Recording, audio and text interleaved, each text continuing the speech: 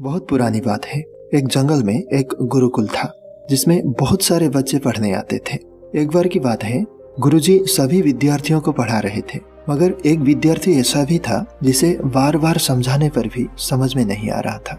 गुरुजी को बहुत तेज गुस्सा आया और उन्होंने उस विद्यार्थी से कहा, जरा अपनी हथेली तो दिखाओ बेटा। विद्यार्थी ने अपनी हथेली गुरुजी के आगे कर दी। हथेली देखकर गुरुजी बोले, बेटा तुम घर चले जाओ, आश्रम में रहकर अपना समय व्यर्थ मत करो। शिष्य ने पूछा, क्यों गुरुजी? गुरुजी ने कहा, तुम्हारे हाथ में विद्या की रेखा नहीं है।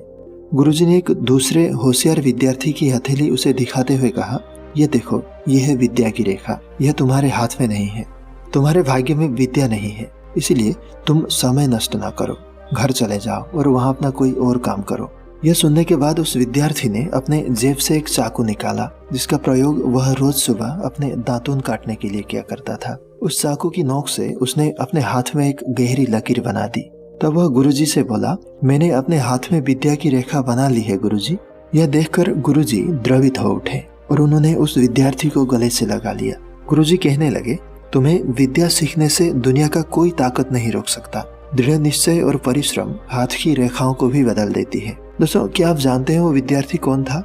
वह विद्यार्थी आगे चलकर महर्षि पाणिनि के नाम से प्रसिद्ध हुआ, जिसने विश्व प्रसिद्ध व्याकरण अष्टाध्यायी की रचना की है। इतनी सदियां बीत जाने के बाद भी विश्व की किसी भी भाषा में ऐसा उत्कृष्ट और पूर्ण व्याकरण का ग्रंथ अब तक नहीं बना।